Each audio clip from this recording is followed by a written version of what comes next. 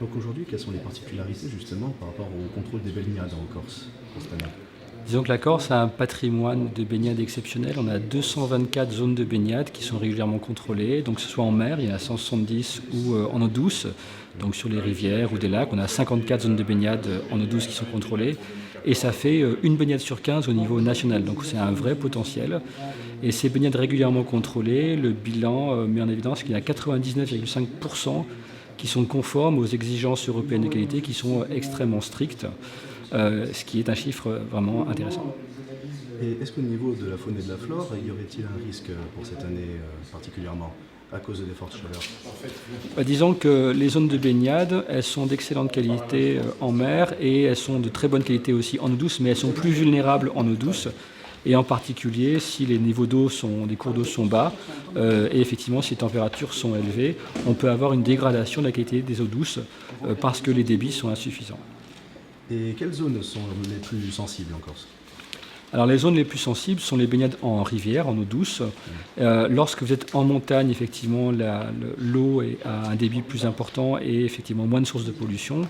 Par contre, à mesure que vous descendez les cours d'eau dans la vallée, vous avez les sources de pollution qui augmentent et vous pouvez avoir une dégradation de la qualité des eaux douces dans les basses vallées par rapport à la qualité des eaux d'eau en montagne. Il n'y a pas un site précis justement qui a été interdit ou autre? Alors il y a des zones de baignade qui effectivement pendant plusieurs années sont de mauvaise qualité et lorsque c'est le cas, effectivement, elles sont interdites de façon définitive. Donc actuellement, il y a plusieurs zones de baignade. Le Taravo est interdit de façon définitive, pendant plusieurs années jusqu'à ce que la qualité s'améliore. On a des points de baignade à Bastelica, le Pontevecchio qui étaient interdits, mais là effectivement, ils pourraient réouvrir d'ici quelques années. Et donc c'est quelque chose qui n'est jamais figé, c'est-à-dire qu'une eau de baignade, si l'environnement autour se dégrade, elle pourra être fermée, comme une eau de baignade qui est interdite, si la qualité s'améliore, au bout de quelques années, pourra être de nouveau réautorisée. Donc du coup, quel risque sanitaire pourrait être présent justement dans le cadre des baignades en Corse?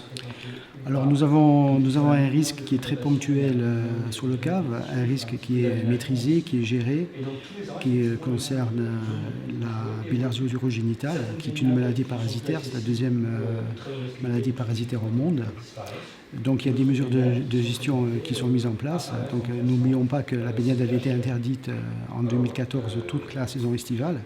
Elle a été rouverte en 2015 avec des mesures de gestion, comme je vous le disais, donc une sensibilisation des professionnels de santé, une sensibilisation des professionnels qui travaillent sur le cave, de manière à ce que leur personnel soit diagnostiqué, une sensibilisation qui est réalisée par la collectivité au niveau du public, de manière à ce que ce dernier utilise les WC qui sont mis à leur disposition, qu'il n'urine pas au niveau du cave, car cette maladie risque de s'enclencher si des personnes urinent, qui sont bien sûr concernées par cette maladie qui est asymptomatique, donc les personnes risquent de ne pas savoir qu'ils ont cette maladie.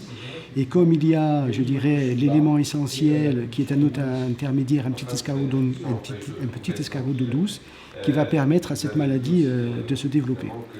Bon, ce n'est plus arrivé depuis 2014.